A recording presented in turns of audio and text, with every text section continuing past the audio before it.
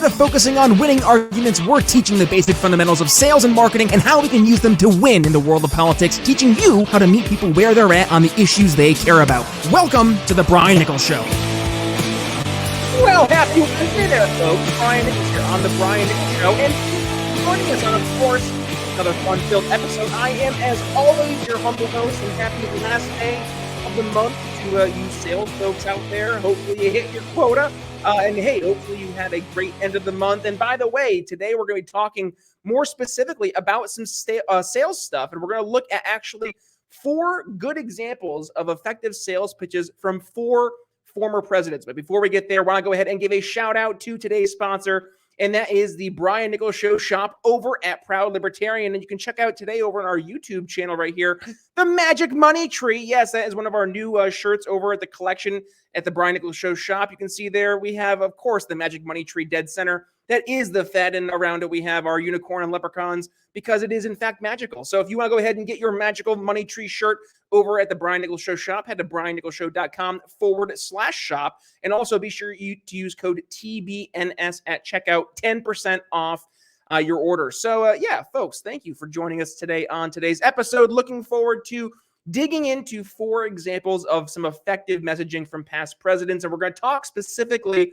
from a sales perspective of why they're effective and why it works. So I'm going to go ahead, if you're over on the podcast version, make sure you head over to briannicholsshow.com, where you check out not only all the other episodes, but also you check out our YouTube version of the show, where you can check out the videos from today's episode. Let me pull this up here. So I have 4 different videos I want to go ahead and share today. The first of which we're going to start off with. This is going back to the 1980s. I know, all the way back to the 1980s. It is Ronald Reagan's "It's Morning Again in America" ad. We're going to go ahead and share that and take a listen. It's morning again in America. Today, more men and women will go to work than ever before in our country's history. With interest rates at about half the record highs of 1980, nearly 2,000 families today will buy new homes, more than at any time in the past 4 years. This afternoon, 6,500 young men and women will be married. And with inflation at less than half of what it was just 4 years ago, they can look forward with confidence to the future. It's morning again in America. So this and works under the leadership of President Reagan. Effectively. I'm going to pause really quick here. This is working effectively because thus far, what's it doing? It's playing on emotions. We talk about this all the time in sales. What sells? Emotions. People will make their emotional decisions and then rationalize with logic and reason after the fact. So what this is doing is it's playing to the emotional appeal, the safety and security of knowing that their families are comfortable for the future, but also from where they were in the past. So that's something this is really doing a great job at hitting at. And stronger and better. Why would we ever want to return to where we were less than 4 short years ago?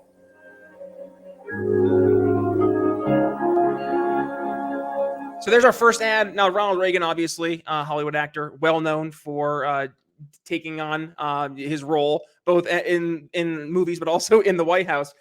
So I thought that was a really good one to look at. And then the next one I wanted to go ahead and focus on is going to be, let me pull this one up. This is an ad, or not an ad, excuse me. This is a speech from the Democratic Convention back in the early 90s. This is going to be Bill Clinton back when he was doing his acceptance speech at the DNC. Let's go ahead and take a listen to this one. In the name of all those who do the work, pay the taxes, raise the kids, and play the rules. In the name of the hardworking Americans who make up our forgotten middle class, I proudly accept your nomination for President of the United States. I hope nobody in this great hall tonight or in our beloved country has to go through tomorrow without a vision. I hope no one ever tries to raise a child without a vision. I hope nobody ever starts a business or plants a crop in the ground without a vision. For where there is no vision, the people perish.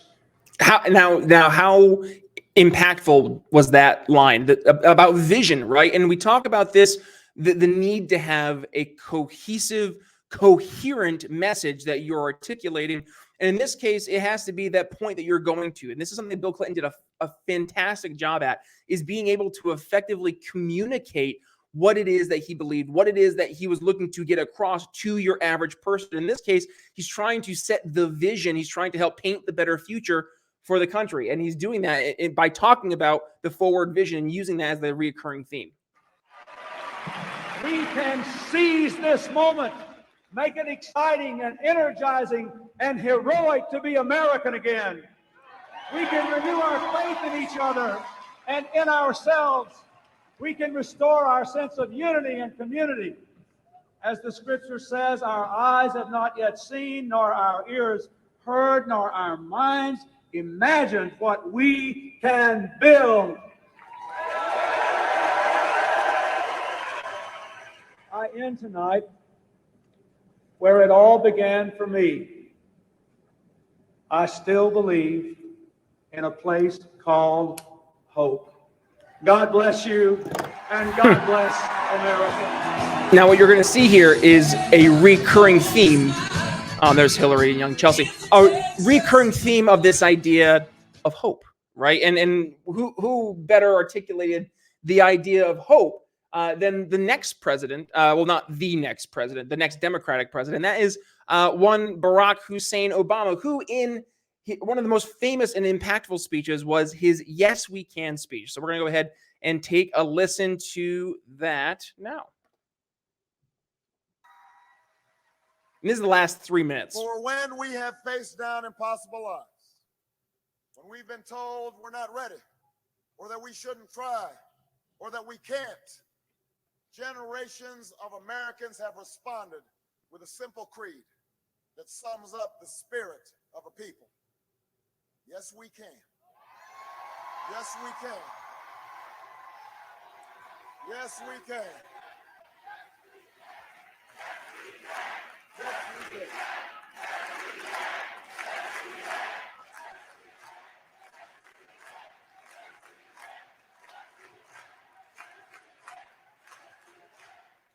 It was a creed written into the founding documents that declared the destiny of a nation. The vision. It was whispered by slaves and abolitionists as they blazed a trail towards freedom through the darkest of nights. Yes, we can. It was sung by immigrants as they struck out from distant shores and pioneers who pushed westward against an unforgiving wilderness. Yes, we can. It was the call of workers who organized, women who reached for the ballot, a president who chose the moon as our new frontier, and a king who took us to the mountaintop and pointed the way to the promised land. Yes, we can to justice and equality.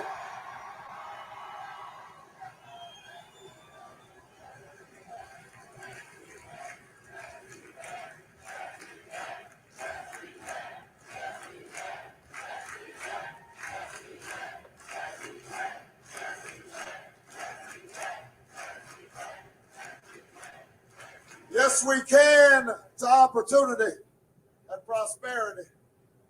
Yes, we can heal this nation. Yes, we can repair this world. Yes, we can.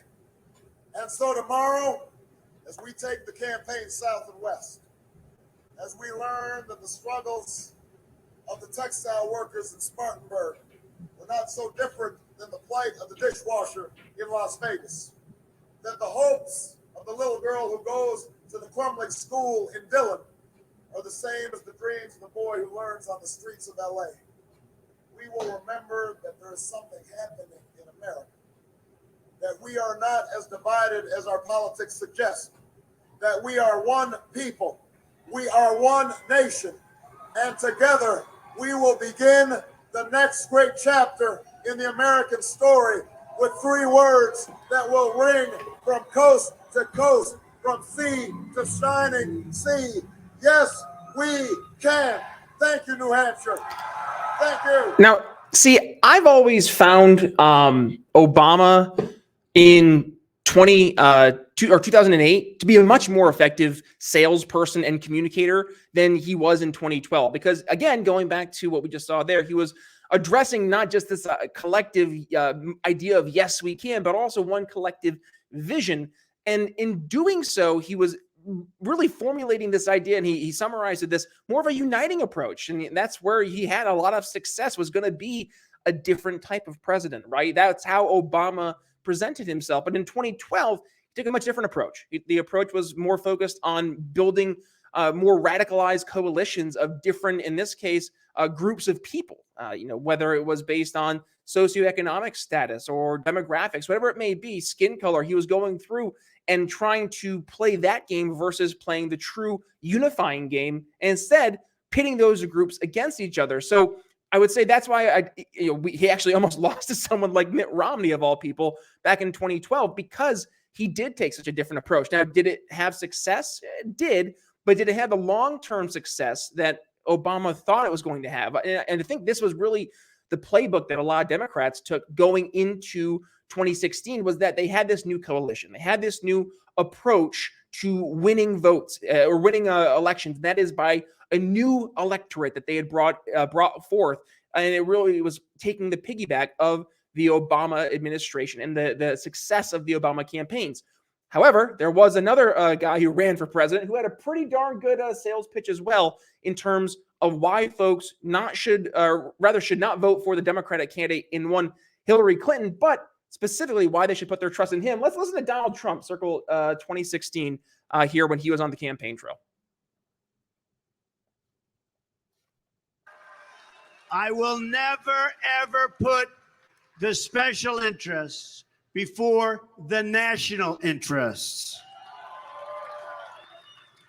I will never put a donor before a voter or a lobbyist before a citizen. So while sometimes I can be too honest, Hillary Clinton is the exact opposite. She never tells the truth.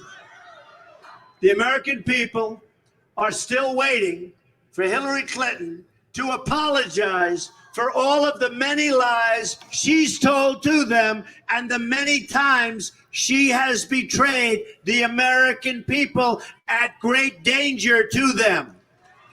Hillary Clinton owes the state of North Carolina a very big apology. And I think you'll get that apology around the same time you'll get to see her 33,000 deleted emails. In other words, you'll never see the apology.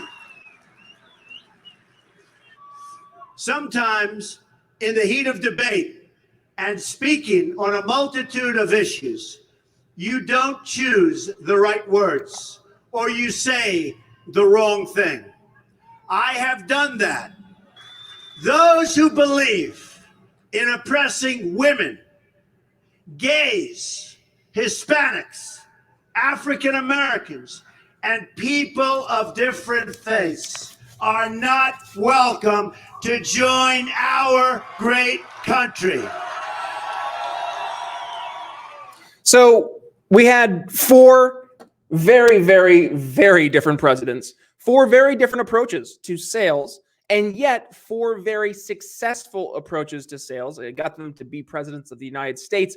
And with that, it helped cement, I would say, if you were to look at all four of those presidents, with maybe Bill Clinton being the one exception, based on the fact he tried to take a backseat after he got out of the White House in 2000, based on the scandals that took place behind the scenes during his presidency. But of those other three presidents, being Reagan, Obama, and Trump, those are probably the most noted political figures that have built more of a cultural tide behind them than any other presidents I can really think of in modern history.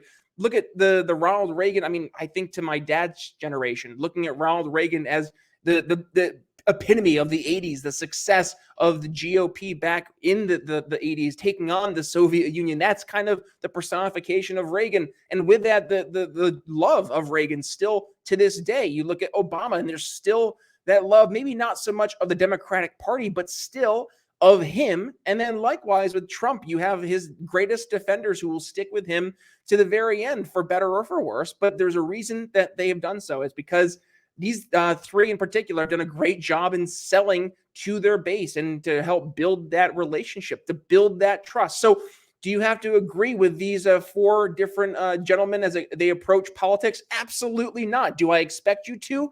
For sure. Of course not. But what I would expect you to do is to learn from the sales approaches that work, even though they are four very, very different approaches. So with that being said, folks, I hope you got some value from today's episode. A little bit different. And don't worry, tomorrow we're going to have a great episode. The one and only Carla Garrick is going to be returning to the program. And by the way, did you check out our episode yesterday? Yesterday, I had Morgan Bonwell. She joined us from Right Strategies Candidate School 101. And we talked about some of the main areas that candidates that she works with are lacking. And if you're a candidate or if you're considering running for office, definitely an episode you should go ahead and check out. I'll make sure I include that right here below for you. And by the way, folks, if you enjoy the episode, well, please do me a favor. Go ahead and give us some love. If you want to become a supporting listener, $5 a month, or you can go ahead and make that one-time PayPal donation, whatever is easiest for you. But every bit goes right back into the show so we can keep on promoting content that you love and content that will definitely leave you educated, enlightened, and informed. So with that being said, folks, thank you for joining me on today's episode. With that being said, it's Brian Nichols signing off here on The Brian Nichols Show.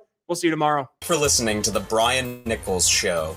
Find more episodes at briannicholsshow.com.